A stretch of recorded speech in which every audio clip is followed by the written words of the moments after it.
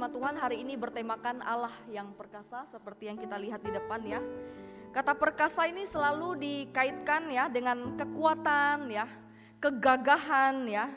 Bahkan di dalam pikiran kita, saya yakin ketika kita mendengar kata perkasa, maka kita akan membayangkan perkasa ini adalah seorang yang gagah, seorang yang sangat bisa diandalkan, dan bisa dikatakan adalah seorang yang layak dikatakan sebagai seorang pahlawan.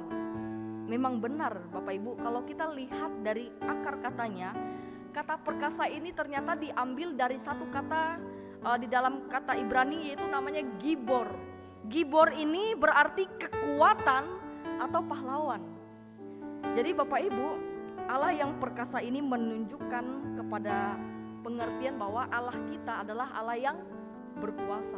Allah kita adalah Allah yang menjadi pahlawan untuk setiap umatnya, untuk semua orang yang mau datang kepadanya. Seorang bayi kecil yang terbaring lemah di dalam palungan, pada malam kelahirannya tidak ada yang menyangka bahwa bayi kecil ini yang lahir 2000 tahun yang lalu itu, dia sebenarnya adalah seorang pahlawan yang perkasa, yang dijanjikan Allah untuk menyelamatkan manusia dari dosa. Yang perkasa adalah kebebasan yang tidak seperti diberikan oleh dunia. Karena ketika kita percaya kepadanya, kita tidak hanya diampuni dosanya, tidak hanya dibebaskan dosanya, tapi kita juga menerima hidup yang kekal. Semua manusia membutuhkan Allah yang perkasa. Setiap kita membutuhkan Kristus yang adalah pahlawan yang sejati itu. Tidak ada manusia yang tidak membutuhkan Dia, karena hanya Kristus yang dapat menyelamatkan manusia yang berdosa, dan manusia tidak akan pernah bisa menyelesaikan masalah dosanya, dan hanya Kristus yang dapat menyelesaikan masalah dosa kita. Manusia tidak bisa menjamin dirinya sendiri. Kenapa? Karena kita aja nggak bisa menyelamatkan diri kita. Kita aja nggak bisa menjamin aku pasti masuk surga dengan kekuatanku, nggak bisa. Hanya Kristus yang bisa menjamin kita. Tidak ada manusia yang dapat menyelamatkan dirinya.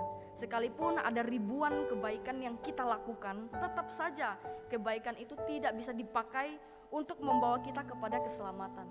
Ada banyak orang yang berkata, oh seminggu ini aku banyak berbuat dosa, oh minggu depan aku banyak berbuat baik, supaya seimbang, supaya dosaku tuh tertutupi sama kebaikan aku. Enggak bisa Bapak Ibu, tidak bisa seperti itu. Karena sebagai manusia yang berdosa, kebaikan kita itu dilihat seperti kain kotor di hadapan Allah. Bapak Ibu, Alkitab memiliki banyak sekali bukti bahwa Kristus adalah Allah yang perkasa. Pada hari penciptaan, Ia berkuasa dalam penciptaan. Kristus juga terlibat di dalam penciptaan. Ketika Kristus lahir ke dunia, Dia menjadi manusia, Dia juga sering menunjukkan keperkasaannya. Dia berjalan di atas air, Dia meredakan angin badai, Dia menyembuhkan orang sakit, Dia membangkitkan orang mati, Dia rela mati di atas kayu salib untuk menyelamatkan manusia berdosa. Dia bangkit dari kematian, bahkan maut tidak berkuasa atas dirinya. Dia terangkat ke sorga dan akan kembali menjemput kita yang percaya. Dia berkuasa memberikan mahkota kehidupan kekal kepada kita orang-orang yang percaya. Kristus sungguh Allah yang perkasa, tidak ada yang bisa. Hanya Kristus adalah Allah yang perkasa itu, yang bisa memberikan semua yang kita butuhkan untuk kita dapat datang kepada Allah. Bersyukurlah kita hari ini yang sudah mengenal Kristus, Allah yang perkasa itu Bapak Ibu. Dia Allah yang tidak pernah gagal di dalam merencanakan keselamatan bagi orang-orang yang percaya kepadanya. Tapi karena Kristuslah yang menjaminnya, Kristuslah yang memegang tangan kita ini. Sekalipun kita terlepas memegang Dia, Dia tidak pernah melepaskan kita. Itulah kenapa kalau kita sekali percaya kepada Kristus, kita pasti selamanya diselamatkan. Sekalipun suatu hari kita mungkin down, kita kecewa, kita pergi dari persekutuan, kita pergi dari gereja, ada caranya Tuhan akan membawa kita kembali. Ada caranya Allah yang perkasa itu membawa kita untuk hidup lagi dekat dengan Dia. Karena sekali Dia merencanakan keselamatan untuk kita, Dia tidak pernah gagal menyelamatkan kita. Bapak Ibu, kalau Kristus sudah menyelesaikan setiap permasalahan dosa kita, maka Dia pun sanggup menolong kita dalam menghadapi pergumulan kita hari demi hari.